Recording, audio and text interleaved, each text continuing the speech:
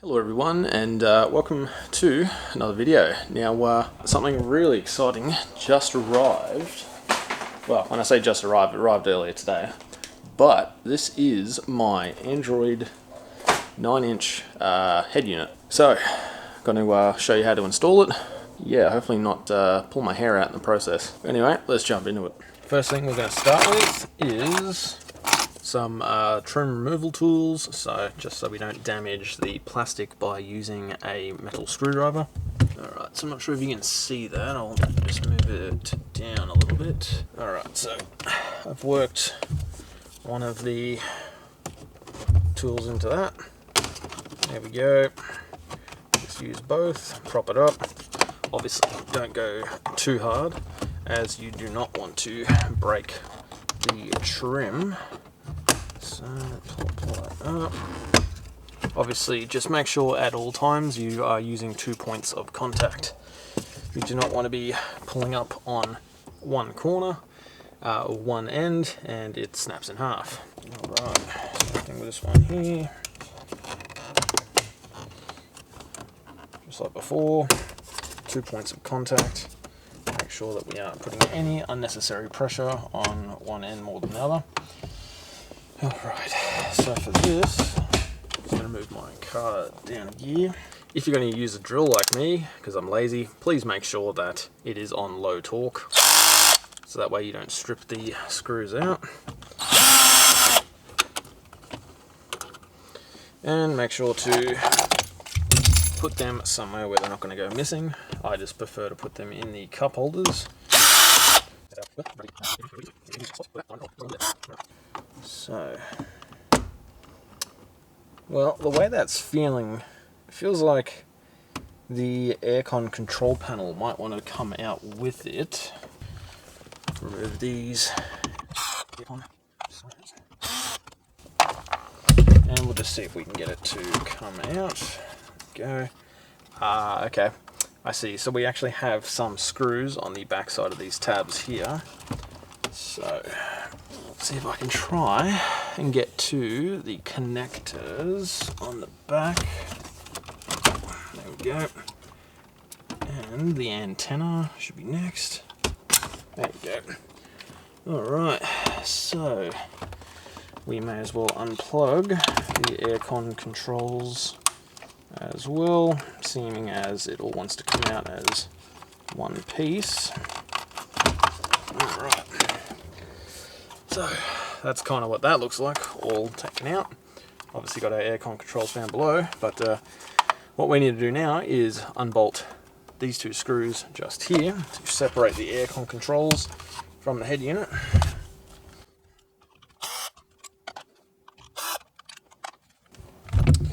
Alright, and now with those removed, we should be able to release. The way this might come apart is by actually separating the stock head unit mounting brackets.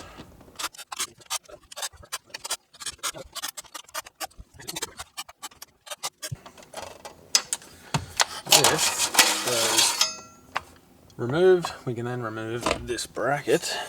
There we go. So we just grab these, push it forward. Oh, there we go. There's the aircon control part gone, and that is the stock head unit removed. For anyone who is curious as to what the specs are, right here it seems to be a Clarion head unit. That is the part number. This is just a eBay special Android head unit, so it comes with the ISO connector, a whole bunch of input, output sort of stuff. That is a reverse camera, which will be very handy. And we've got the microphone as well. And there we go. So that right here is the new head unit. Oh, wait, it goes around that way. There we go. So in theory, there we go, bolt in pretty much like that. I'm going to quickly read over the instructions for this, even though it's probably straightforward. And yeah, I'll get back to you. One of the first things we'll do is plug in this adapter. So, what is that there? That is, that just says backup camera, I would assume. So, right here is the stock Suzuki ISO harness. So we're just going to grab this, figure out where those line up, and click right there. Cool. And then that one there actually goes into the back of the head unit right there.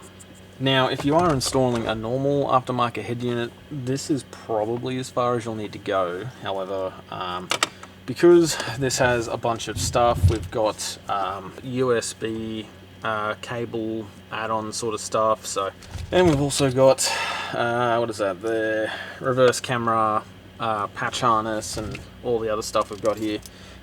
Including the GPS antenna as well. Since we've got a lot of stuff here, this will be a little bit more involved than your normal head unit install. But for me, I'm going to need USB because I intend on running a USB ODB2 device on it. Second USB, probably not that necessary for me. I am not quite sure what that is exactly. I am just quickly going to go through and do some wiring, and we'll jump back. I just thought I'd show some people what I've done, just in case you want to do the same thing. So, when it comes to the pillar here, all I did was pull down this rubber, pull that down, and then I tucked the cable into the, where is it? I tucked the cable into that, so that I wouldn't even have to remove the pillar plastic, only because it has airbags behind it. So yeah, I wasn't really wanting to pull off the trim, so I just used the little tiny trim removal tool down there just to poke it behind everything, and then I've clipped it up top. And then in here, just between the pillar plastic and the dash, there's a bit of a gap there. I sent the power cord down into that. Sorry, not the power cord, the microphone cord. I used one of these little stretchy, bendy little grabbers. So these have like a little set of fingers on the end of them. And yeah, pretty much just use that. Sent it down here. And now, I'm not sure if you'll be able to see, it's just this one here.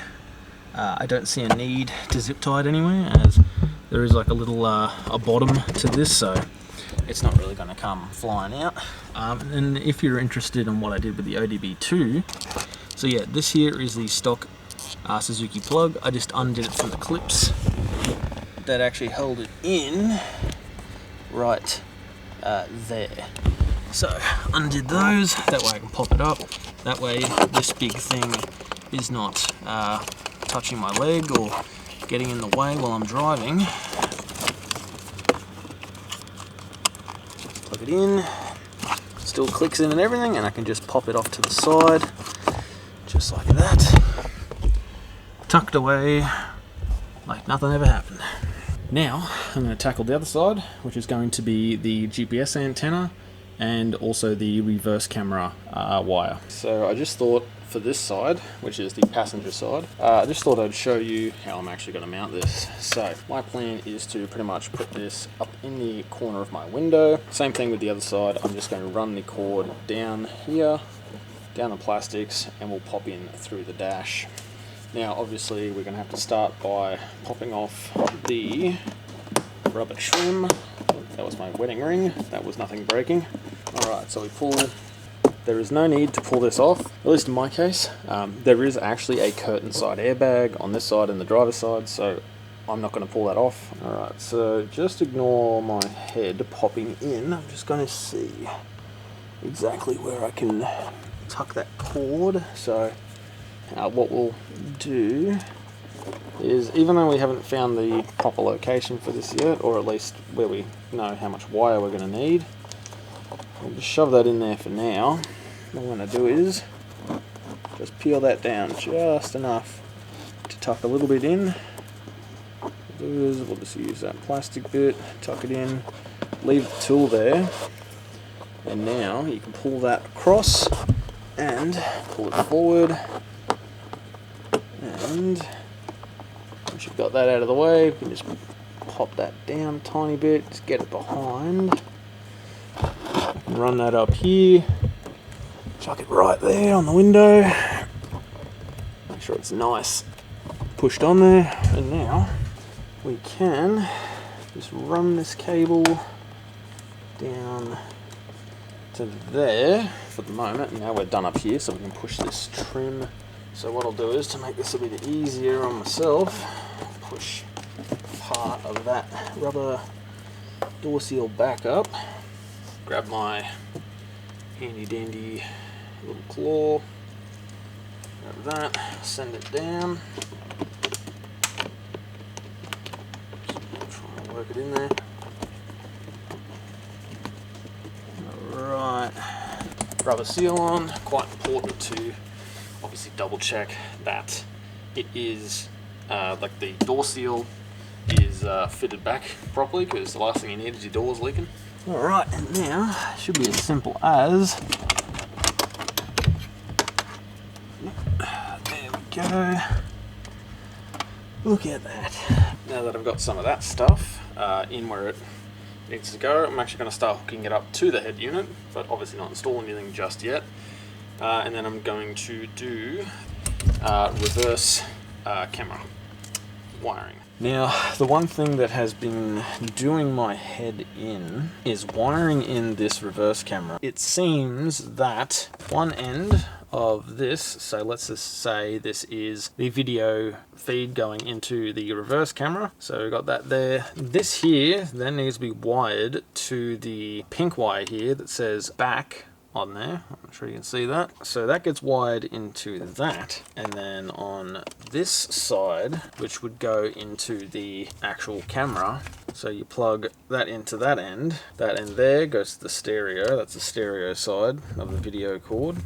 And then the other side here, this goes to your reverse light bulb, is where they want you to put it. And then this here, you also connect the positive off of this little adapter, this little DC barrel jack thing. So ground just goes to ground, and the red wire, apparently the red wire also goes to the same power source as the tail light for this. So it's a little bit of a mess, but essentially you connect the red wire on the stereo side to the pink wire, and then both of the red wires on the reverse camera end go to your reverse source, so for the most part your reverse light bulb, so you can tap into that wire. That's great. And then ground just goes to ground. It should be that simple. To me it doesn't seem that simple. Anyway, I will pick it up when I've made a good amount of progress, and then yeah, we'll check in. Alright, so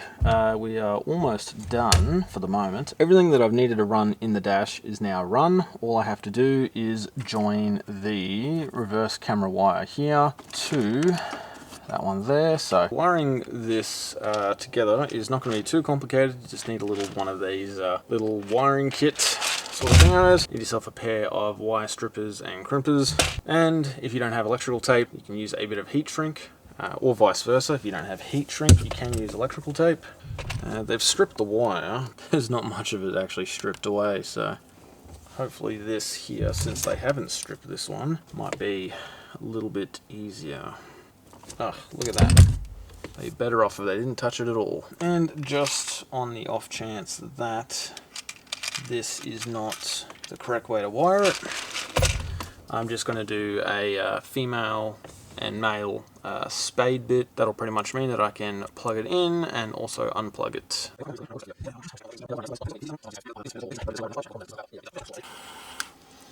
Obviously, use a lighter, or even a heat gun works as well, just to shrink it on. Concentrate the heat on this and not the wires, because you don't want to singe the wire. But with all that out of the way, I believe that is everything. Alright, so that sits there, something like that. What I'll do is I'll just put one of these screws in, finger tight. There we go, it's enough to keep it there. And what I'm going to do now is grab my car keys, turn on the ignition, and just make sure that it actually powers up. Okay, well, Interesting. Alright, so we know it works. So now it's just bolting it all back together.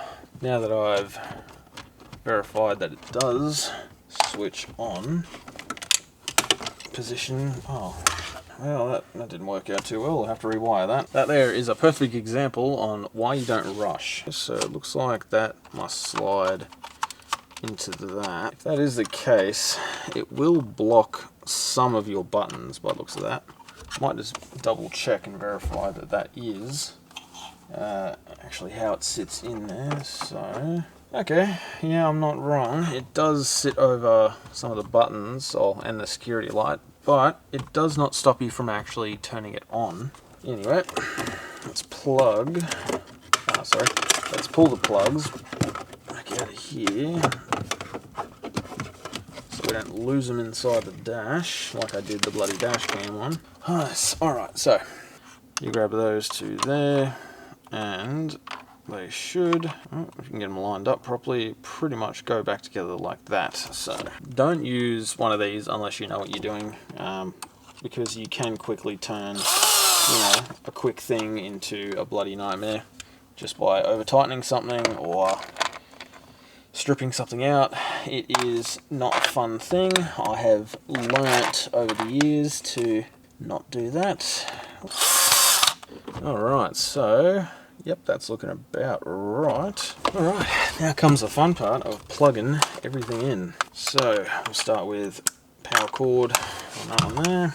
Alright, that also reminds me, I think I've also got to rewire that connector bloody back onto that, so that's awesome.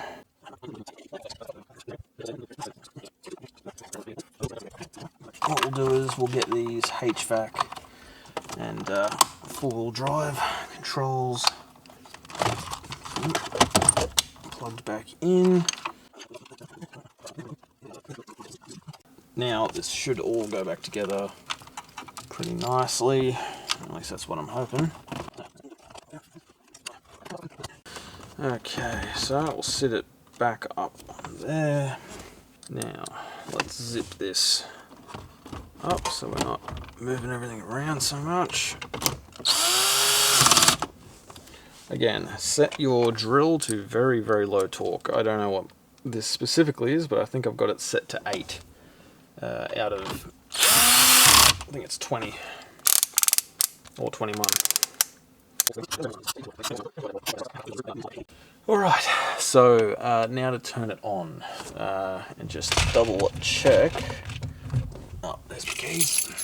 Just make sure you double check that all of your full drive controls are still functional, same as your HVAC system. AC button still works, it's just that it's kind of half underneath the actual screen, so you can still reach it, but it's a bit of a pain. But I'm just going to go through quickly, connect this to the internet, and make sure that everything works, or at least everything I've plugged in, like the ODB2 stuff. Make sure all that works, and once I've verified that, I'll chuck these trim pieces back on. Then we can move to the back.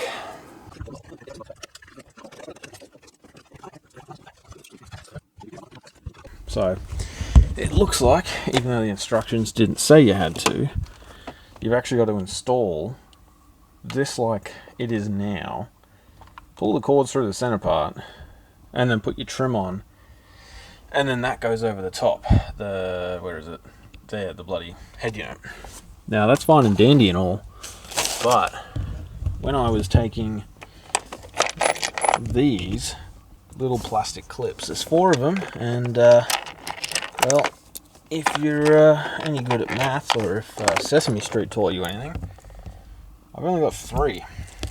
So I was taking this out, so these little like plastic peg things here, that's where it clicks in. I was in the middle of popping one of the little bottom bits on them to get it out of its little surround, and it shot off into the dash, and I have not seen it since. Alright, well, you joined me almost an hour later. I have given up looking for that clip. I'm just going to run with 3, as it is getting late. Well, it's almost midnight, so not a great way to spend my night, but anyway. Ah, well,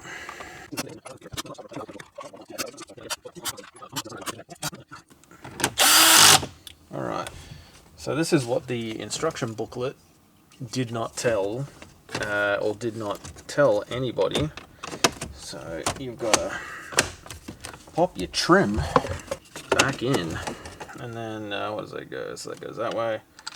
We'll put 2 on the top, and we'll just put 1 on the bottom, I guess, since yeah, I have no idea where the other ones went. Alright, now here begins the difficult task of plugging everything in without dropping it inside the dash. So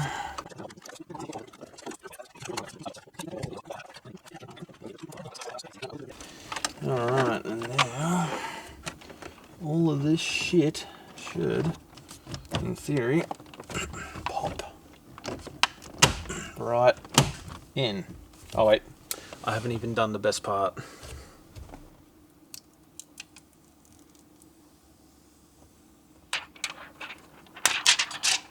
Alright, hello everyone. So it is actually the next day. To round up where I am now, the head unit is currently installed. I'm pretty pleased with it. I'm still yet to actually install the reverse camera, but yeah, so while I've got the head unit on and all set up, we'll go into torque, which will require me to switch my ignition on. So we've got the ignition on, I've got coolant, intake temperature, engine cam timing, I've got the air fuel ratio, I've also got the calculated percentage of load on the engine, and I've also got my volts at the command module. So that's good just for, you know, keeping an eye on temperatures while you're out on a track. You don't want to overheat the car. In my experience, the little temperature gauges and whatnot can actually be, you know, kind of vague. But yeah, there's that stuff there, but you've also got, you know, your fault code reading stuff where you can go through and get it to, you know, just scan the ECU, see if there's any issues on it, and yeah, there we go, no faults stored in ECU. You've also got like your ODB2 status and, like, you know, all that sort of stuff, and yeah, you know, you got your real-time information, you got your test results, so you can do emissions test and sensor tests and all that sort of stuff. So as long as you actually set up the vehicle profile properly, like what I have right here, it is generally pretty accurate. But now, if you were wanting to get the steering wheel controls working, you definitely can. You've just got to go into car settings, oh, here we go, steering wheel learn. As you can see there, I've already done it. It's got the little tick under all the icons, but it's as simple as this. Let's say I want to tell it what is volume up. Press that, and then we go here and we press up on that. Setup success. Same thing, we go to volume down, go here, volume down, success. And then we'll also go to mute, so that will be that button right there, success. And then we can go track backwards, press on that one, there we go, it's got the little tick. To track forward, cool, successful. You can do whatever else you want with all the other buttons, but I'm going to go with mode, and then also do it here. Looks like I was a bit too slow. Yep, there we go, setup success. Everything is done there. Don't panic if volume down doesn't have a tick next to it, because it just takes the opposite signal of volume up for it to actually do that. I will be hopefully getting some other apps on here. There is like their version of Apple CarPlay and Android Auto, which is this Z-Link 5. It actually does a pretty good job of emulating like a genuine Apple CarPlay head unit or Android Auto head unit. I was actually surprised by it. I didn't think it would be that good, but it actually looks like the interface that you would have on a very sort of upmarket, genuine, you know, head unit of some sort. So one thing when you do pair to the head unit, you have to make sure that you actually have CarPlay switched on, just like that. Now it should work. Oh yep, there we go, we've got the loading It's probably attempting to connect to my phone. So yeah, it actually works pretty well for what it is. Honestly, as a little kind of gimmicky thing that they've included on here, it's actually pretty good and it works pretty well. So I don't have a lot of CarPlay apps on here or something apparently, so not quite sure what that does. Oh yeah, that just gets me back to the main menu. Yeah, so you do get access to the Google Play Store. So if we go to search, so let's put something in here. Something that's a bit up my alley will be the HEMA. There we go, HEMA Maps Australia. So this will definitely be something that I'm going to be looking into in the future. But yeah, just to show you, you know, it does come up with apps on the App Store. Alright, so day 3. I am finishing up this install with the reverse camera. So that's pretty much the only thing I have left to do in this install. So luckily I have already ran the actual cable down the headliner in the previous videos. Alrighty, so after a little bit of deliberation, I have decided to just go the extra mile and actually mount the camera to this right here, as if I were to mount it somewhere up here, like on the roof liner, this actually drops down quite a bit from the top of that, so it is not going to get a good view of anything. Plus, the closer I can get it to the glass, the more I can eliminate like reflections onto the camera. So just going over the top of the roof liner. So yeah, simple stuff, just like before. Just run it behind the seal, down the door here, and now I'm going to have to try and get it through here. So that will be the next thing. Alright, so I've made some progress. I've just pulled the boot trim back a little bit so I can get access to this.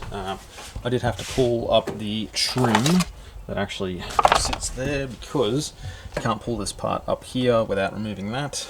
I'm not sure if you can really see much in there, but yeah, I've actually run the cord down right there, so I've got it running behind one of the clips. So there's a clip right here.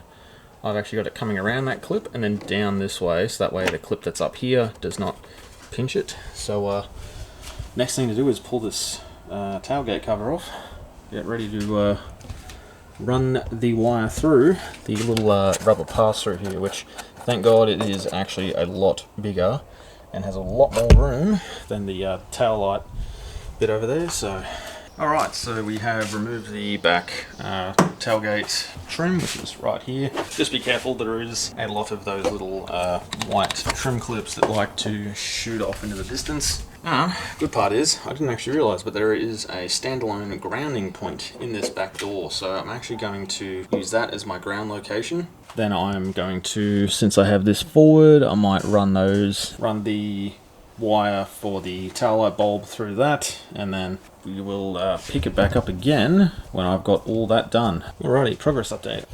Now I'm about to pop the tail light out.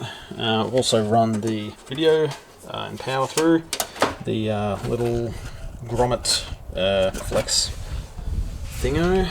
Alright, so another progress update. I've got the positive wired into the reverse light, got the camera cable through. I'm actually just in the middle of mounting the camera. Yeah, so that's on now. I've got these little 2 marks up here so that I can sort of put like a semicircle in there, and then I'm gonna run a little rubber bung. That way it doesn't rub on the paint or anything, and that way I can actually run it behind the trim and pretty much back down here and into there.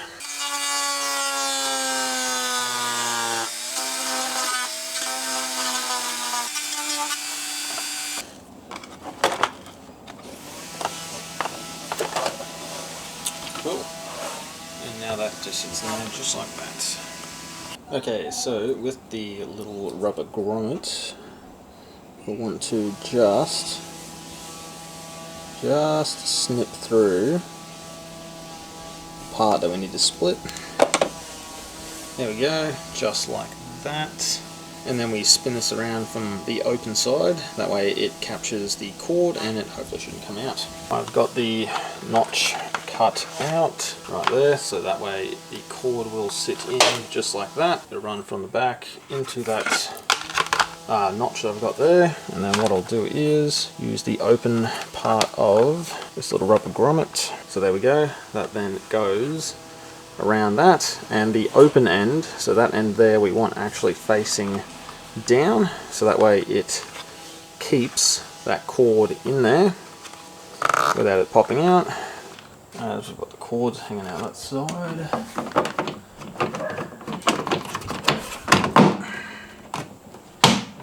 Yeah, seems to work pretty well. Alright, so this is the grounding wire for this. Considering there is a nice ground here, we may as well take advantage of that. I'm going to quickly go grab a ring terminal. Just because of the size of that bolt, I'm going to have to use a lot larger of a ring terminal than what I would for this gauge wire, but that will still work just nice. Sorry, excuse the lawnmower sounds.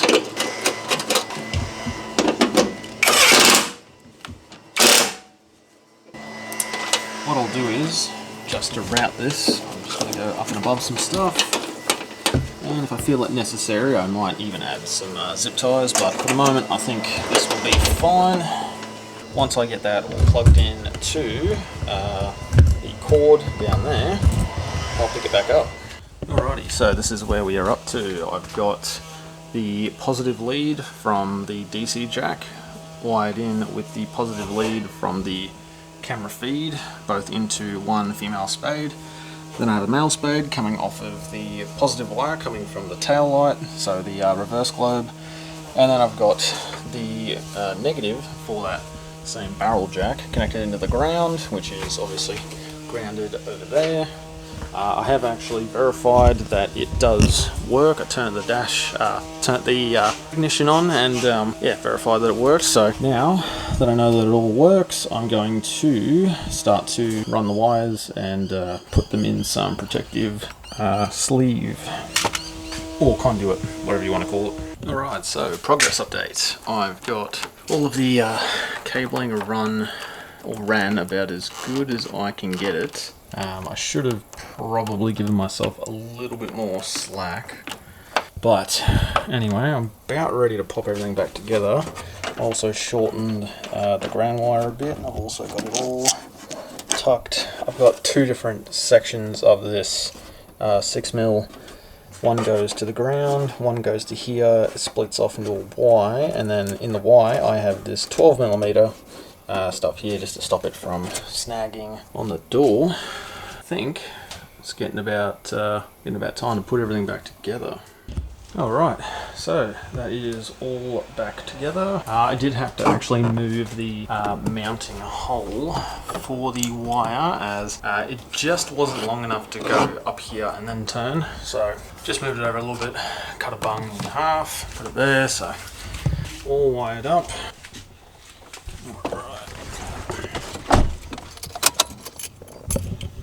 Alright, moment of truth. Let's put it into reverse. Oh, there we go. Probably kind of hard to see. There we go. It is not too bad. It looks a bit wavy on the camera, but I think that's because of the refresh rate, or could it even be the my garage roof light does actually flicker quite a bit, or at least on camera, so trust me, there's none of those little wavy lines in there, but yeah, looking pretty good. It's a lot clearer than the one I had in my last car, so that's nice. Put it back up into park. I know this is an extremely long video. It's been absolutely grueling to edit so far, and I've only done 2 passes on the edit, so it is going to be a bit brutal. But yeah, if you did watch to the end, thank you very much, greatly appreciate it. I will be putting in chapters in the video, so hopefully if people are just looking for a certain thing, they can skip straight to that, get the information, and then, you know, they can go off and do with that what they will. Anyway, without rambling on for too long, yeah, thanks for watching the video. Stay tuned. Definitely check out the reveal video for Vitara. And yeah, catch us all in the next video, eh? Alright, so this will be a little bit of bonus footage for anyone who stuck around. I've actually painted the little grille chrome trim, and also painted the Suzuki badge. I don't like chrome, so thought I'd start deleting some of it. I don't know if there's any other chrome on the car, but pretty nice looking, or at least better than chrome. Anyway, see ya.